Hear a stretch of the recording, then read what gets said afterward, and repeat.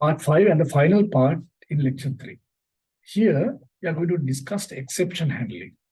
Now, this is again kind of a specialized topic, special topic, which again, maybe one can say whether it asks this question, that whether this belongs here, whether is there something related to if-else structures and so forth. It's in a way, you can say, okay, maybe a different thing, not exactly in the same sense. They don't match exactly in the same sense with the if-else structures and these selection things. But there is some, exception handling is a somewhat important thing to discuss, and would have been discussed in another situation. But anyway, some keywords are at least common, like the else keyword we'll come across. So there is some things that even similar with the match case structure that we have seen and so forth. So maybe we thought we can discuss this topic under lecture 3, right? So let's see what exception handling is.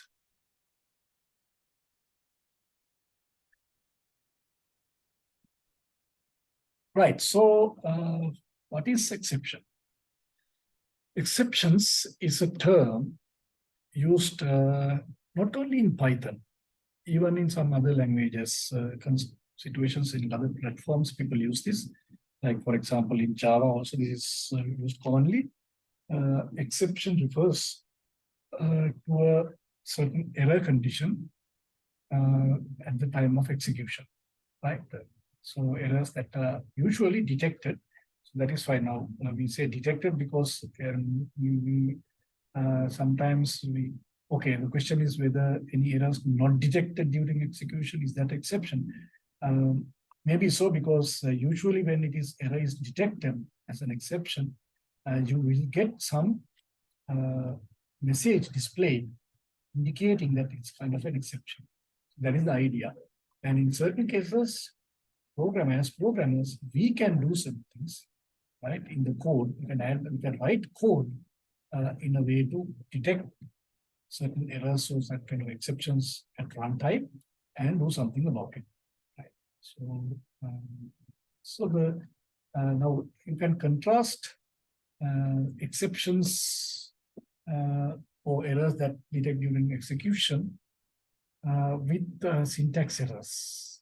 So syntax errors actually are detected during translation, right? When you are trying to interpret or when you're trying to compile, those errors that you get, if you are violating language rules, we get syntax errors. So you can contrast these errors with errors that run during execution.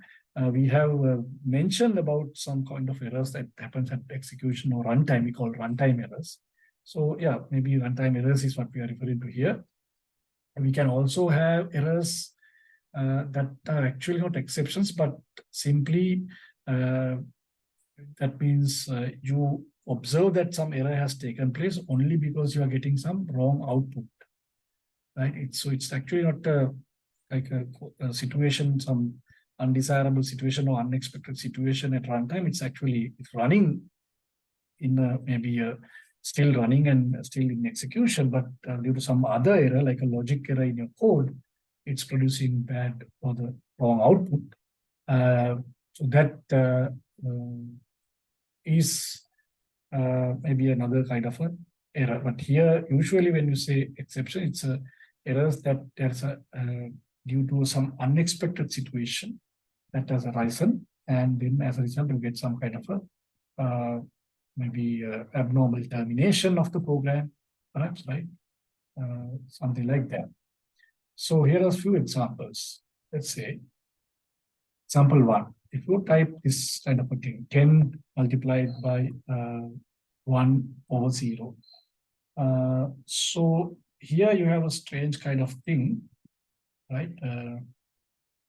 So this 1/0, this thing, you are dividing 1 by 0, right? So it's actually a problem situation. So when you do that, you try to execute, it will get this message saying that error message, right? And it says 0 division error.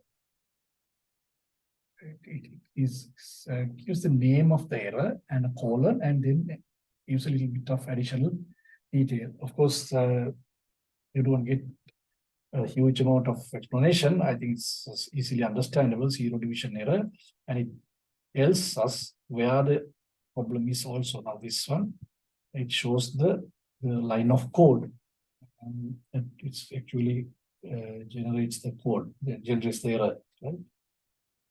This one. Of course, this is an interactive session, so that is the only line that we have entered. But if it was a program, you had a Python file, and in that Python file, if you had this statement, it will tell you which line number and point to this one, right? So, okay, so this is zero division error, right? We say the exception type here is zero division error. Okay. And let's go to the next one, another example. You say 4 plus rate multiplied by 3, and if rate is unknown variable, right? If you haven't defined what rate is, this gives a problem, error message saying name error. It says name rate is not defined. Actually, then Python is trying to be smart here. Python is wondering whether we have made an error. It's suggesting, it's asking something that is close to rate. It's asking whether we made a mistake with range, right? So anyway, this error is because this exception type is a name error because we have used some name which the Python doesn't know. Obviously, Python cannot handle that, right? So that's a second example. Third one, yet another one. You do something like this. 3 is now a string here, right? Within quotation, it's a string, and plus 4. You do that. What do you get? It says type error, and say can only concatenate str, not into str. So what does that mean? It basically means that this is a string, and then you say plus. So after the first string, this is a string. After the first string, after you typed the plus symbol, Python is expecting what? Python knows how to use plus symbol with a string. That means what it will do is, if the next one is a string, right? If the next one is a string, then it will concatenate. So that is why it says can only concatenate str to str. So because it's already seen this as a str means a string. First one is a string. It has seen a string type, and then the plus symbol. Then you know it has to concatenate the first string with the second one.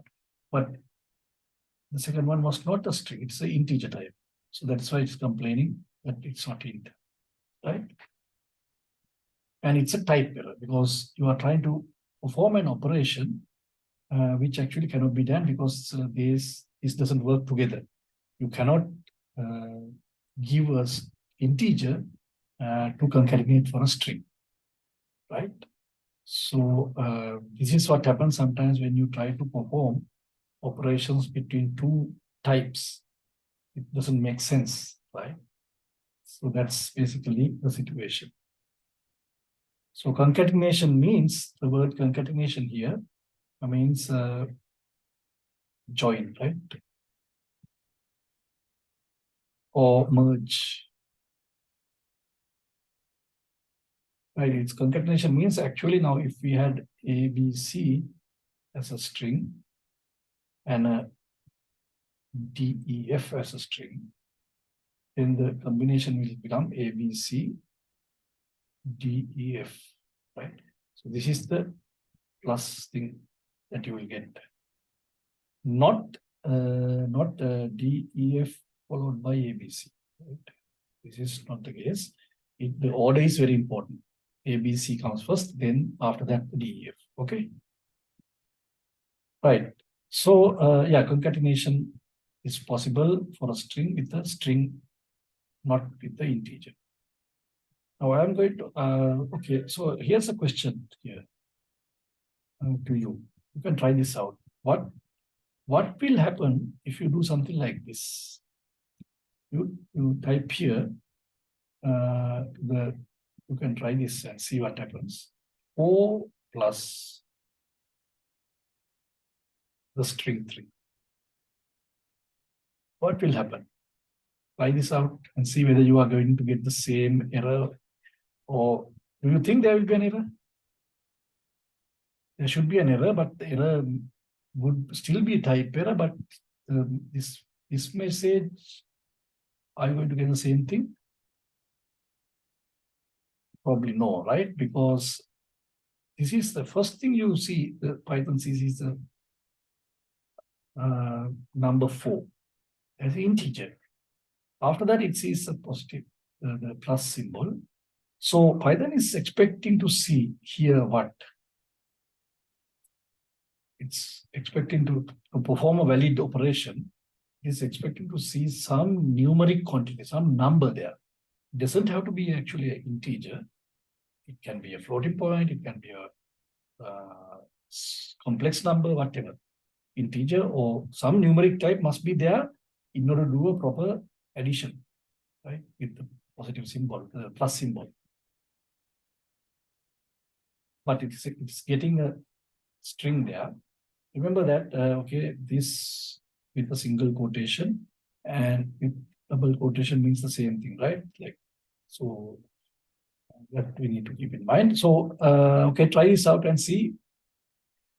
Carefully look at what the error message is, right? You will have a type error, but slightly different error message than what we have seen here, because in the different order, the integer comes first and the string comes next. Okay. Right. And let's move forward. So these basically are 3 examples, which gives you an idea what exceptions are. Because all these cases, you can see at the runtime, if you had these kinds of things in your program in a Python file, the moment it's trying to get executed, basically you will get a problem, and the execution will stop suddenly. The program will come to like an unexpected termination, right? And then some kind of error message will be there. So that's how this type error or whatever error, right? In all 3 cases, it's like that. This one with the name error, this with the 0 division error, all 3 are like that. Right? Okay, so these 3 examples show that the first one was a 0 division error, next one was next one was name error, and the final one was a type error. And these are Python's built-in exceptions, because these are already included in Python. Python knows about this. Python has given them names also. That's why you get those names in their message, right? So these standard exception names are basically built-in identifiers. So they are basically like some names which are already built in, right? So that's what it means. And so what this is all about is basically when Python encounters a situation that it cannot handle, it raises an exception. We call the exception is raised, or we say the Python will raise an exception, right? That's how it's basically used the term exception. So with respect to Python execution environment, an exception is an event that disrupts the normal flow of the program execution. Normal flow of the program execution is basically maybe some program you are expecting to continue to execute and doing certain other things and so forth that will get disrupted, right? And if the disruption is so severe that it cannot handle, the program will terminate also, right? So that's the exception event in that sense. Another way to describe an exception is, you can say, a Python object that represents an error. Because we saw in those 3 situations, the 0 division error, name error, and type error. These are basically associated with a particular exception, which is actually referred to as a Python object, right? That we can, what it means is that we can actually access such objects that represent exceptions and do certain things about it, right? That's what it means. The programmer has the ability to handle this exception in certain ways. Okay. So, okay, here's an exercise. Find a few more built-in exceptions in Python. Just try to read in the documentation. Okay. So, right, then what about exception handling? Now we talked about exceptions. So exception handling, as I just mentioned, we can actually, as programmers, can deal with these exceptions in various ways. So that's called exception handling. Right? Python lets us, means the programmers, handle unexpected errors in programs. And what it means is that we can actually anticipate certain situations. So when you're developing a program, with experience, you will realize that, okay, if you do this in some unexpected situation, there is a possibility that some error can take place. And then you can, that's what we mean by anticipation. It's not like that you want it to happen, but you know that it can happen, right? So you really don't want things to happen in an unexpected way, but also you have to be realistic, right? If you are a good engineer, you would have to understand the possibilities, right? And then take precautions, basically. That's what we do. Precautions. So you plan ahead what to do in such a situation. That's what you call exception handling, right? And so now this is important when you do this exception handling. Exception handling is a kind of a debugging tool also, because when you have exception handling in your programs, when actual exceptions happen, it gives out some messages. You can control the way it happens also. And sometimes maybe as the program gets developed or being used, you can actually understand or realize that maybe you can do something differently altogether to handle that situation. So exception handling, by catching these exceptions and processing them in certain ways, that can help as a debugging tool, right? To understand what's going on. That will also very much improve the quality of the programs. One is that, when you develop a program, give it to the users, when the users are using it, what would you think? That will you be, as a user, happy to see the program suddenly terminating? And we call it crashing. That will be very bad. Actually, you may have experienced certain programs suddenly crashing. Of course, you would also notice or remember, if you recall, in your lifetime, how many programs actually have crashed. When you look at very well-known programs, right, software systems, let's say, coming from big companies, not because it's coming from big companies, but such companies would have put a lot of effort trying to improve the quality. And normally you wouldn't have these unexpected terminations that much frequently in such programs, because the quality is so improved. So that's actually a task of software engineers, to have quality programs, quality software. But if you just think about it, go back, and you may have experienced, if you have frequent unexpected terminations or unexpected behavior, crashes, it may be basically very much maybe immature certain programs or software developed by some people who don't have that much experience, right? That actually, in case of like software that run on PCs or computers, you may not see that many such unexpected termination. But one thing common is about some apps, right? All sorts of apps are there that run on smartphones, and it has become a common thing, right? So many people develop apps these days, and you download and install. Sometimes you after one or two times after using, you probably give up using, because you so much don't like it, because it simply crashes, right? So it's basically that indicates that if you have some unexpected termination, it doesn't work, whatever, you simply start not liking it. You don't want to use that. So that reflect the quality of the program, quality of your software. So improving the quality of the programs is actually the exception handling greatly improved. But that means, instead of simply, let's say, if sudden kind of a exception occurs in your program, without letting it just terminate, if you can actually do something about it, right?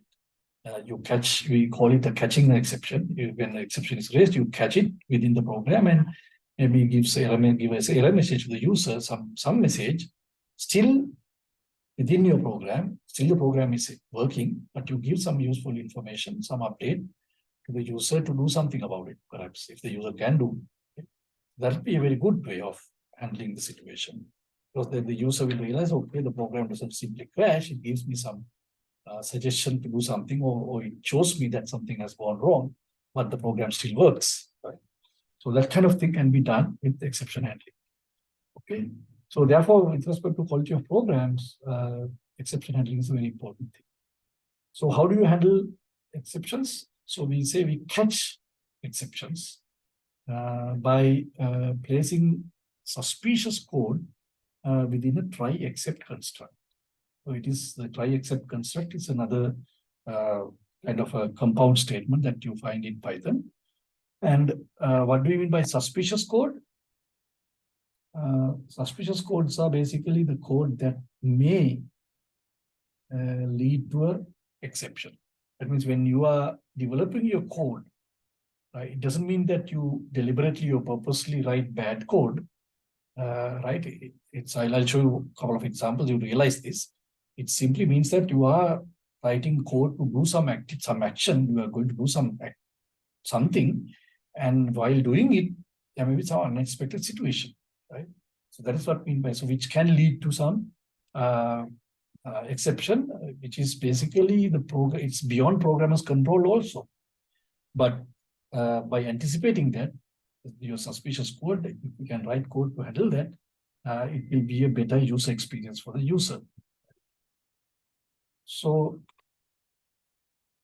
here's how the try except construct is used. So the try except means try is a keyword, then after something at the end we have, not at the end, we have then except things, right? So let's see how it is. So try clause followed by except clauses. Right? We also can have the else clause optionally as well as a finally clause, right? And what actually happens is each except clause has a block of code, the suite, which handles one exception. So you write the code to handle one exception for each except clause. Right? And the optional else clause will have to follow all the except clauses. Only after all the except clauses you write the else clause, but it's optional. It will be useful for you to insert code that must be executed if the try clause does not raise an exception. Because if there's no exception at all, then you may want to put such. If you things that you want to do, you can put including the else clause, right? Right, here's a sample syntax. You say try with a colon, right? See this colon here, very important. And then it's indented operation that may raise an exception. You can basically, under indentation, you write some statement here, which actually is the one likely to raise an exception that is likely to cause a problem, right? After that, you say then except at the same indentation level as try, right? Here you will see the same indentation level, right? So, and you first type exception 1, which is whatever the first exception that you are expecting, you can handle it there. If exception 1 occurs, execute this suite and you include the code here. And if the second exception, if there is another exception that could possibly happen, you can list that also. And I'll show you an example again, you will understand. So if the exception that occurs is the exception 2, then it will match with that. It's kind of again a kind of a pattern matching thing. Then execute these statements, so forth, right? If you can skip the name, the exception type. So this exception 1, 2 are the exception types. That remember we saw the zero division error, name error, type error. These are some example names. If your except clause is the last one in the sequence, you can even skip the name. Then it will match with whatever, any remaining. That's what it means. And at the end of all that, you can have an else clause. then you can include code here, the code that needs to be executed if there is no exception. Right? Okay, so here's an example, which is from notes, program 4.5. Say try, and you are trying to open a file here, test file for writing purposes. So fh will be the file handle. After the open is successful, fh is we call the file object, or in other words, file handle.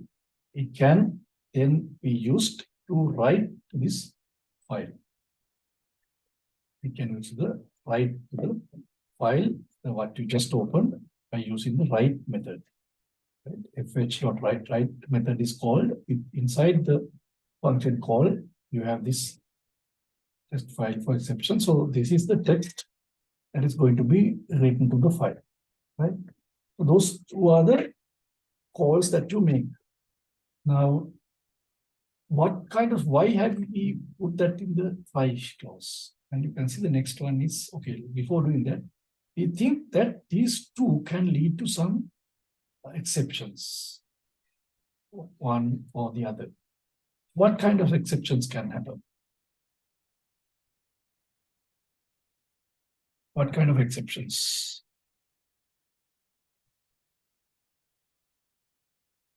At the time of execution, you know various things beyond our control, because you may be running this program in a particular, let's say the user who is running this thing may not have the right permission into the particular folder that you are trying to open this file. Then you are trying to write permission. You are going to open this file in a write mode, right? For writing. But if some kind of a permission is not there, and that can lead to a problem. So the open or write operation, also you are trying to write to this file, but the disk space, you don't have disk space, it's full. So some unexpected situation that can lead to, right? Then it actually was what we mean by an exception. So such errors are actually known as IO error, input-output error, because it was trying to do a file operation, which is also known as an input-output operation. And if that error, that exception type is IO error, if that matches with the exception that is basically raised due to some problem, if this matches here, then you can execute some code here. Actually, in this case, we don't do much. We simply display a message, right? Just want to, for demonstration purpose. But if there's anything else you can do, you can include code here to do that, right? And finally, else, you can say maybe if the exception didn't occur, then it means you have successfully written to the file, and you simply close the file and just finish things there, right?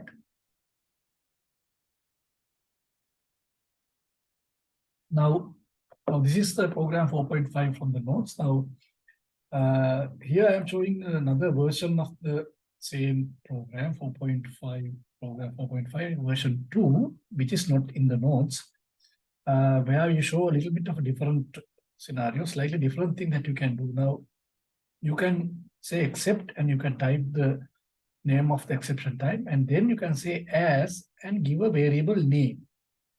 Yeah, and then you can include that variable name here with the, you want to do something about it. So this is this IO error object. Now ERR is a variable that refers to this exception object. You can actually now refer to it and do certain things. For example, here for displaying the error message, you can refer to that. So that may be useful. So that is another possibility that you can do, right? All right, so that's an example with how you can write code with try except clauses. Okay, one more thing to discuss. This is the finally clause. So this is also an optional one in the try block. A finally clause is so special. It gets always executed before leaving the try block, whether exception occurred or not. Remember the else clause. What is the difference between else clause? And finally, else clause will get executed only if there is no exception. But finally, clause will get executed whether exception occurred or not. That is it gets executed before leaving the try block. And it can be used for various special tasks. For example, cleanup actions you may want to do, because whether exception occurs or not, if you want to do some things, right? For example, if you were holding on to some resources, network connections, files and stuff, you can basically release them. If that is basically you don't need them anymore, you can do those things, right? In a graceful manner, because if you had things in a separate, if you want to include each and every of these things in under each clause, it will be a, not a good way of writing code, right? You can put all those things, which is a general thing, whatever the case may be, you want to do these things, right? So then you can include all of those things in the finally clause.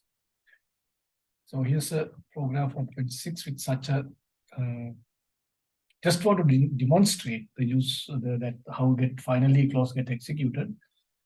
You get two numbers input from the keyboard and convert we get them into integer objects, num1 and num2. You get two integers, and you are going to do a division of num1 divided by num2, and the result is basically get. And the possibility of getting a zero division error is there if num2 was 0, right? So that is why we catch the exception. Zero division error is here. So we say zero division error, colon, and again, this is just for demonstration purpose. We simply print the message, and else we can give the result, which is as a valid value if there is no zero division error. And finally, we say just again displaying a message. And what will happen actually when you execute this? If num2 is 0, then you get this message, display division by 0. After that, executing finally clause. You will see this also, because this gets executed no matter what, right? But if num2 is not equal to 0, then you get result is and result. So that value will be displayed. After that, you will get this also again executing finally clause, because finally clause will get executed no matter what. All right. So that's a demonstration of how finally clause will work. Right. So finally, just a note about exceptions. We provided the very basic introduction to exception is given here. Exception can be a bit more powerful and complicated, but we simply cover a little bit, which is sufficient for our work in CS 1033, right? Because we are simply learning programming. What you have to note is that exception handling is a very important part of software development, program development, which will greatly improve the quality of the programs, because the user experience will be very much better if you handle things correctly.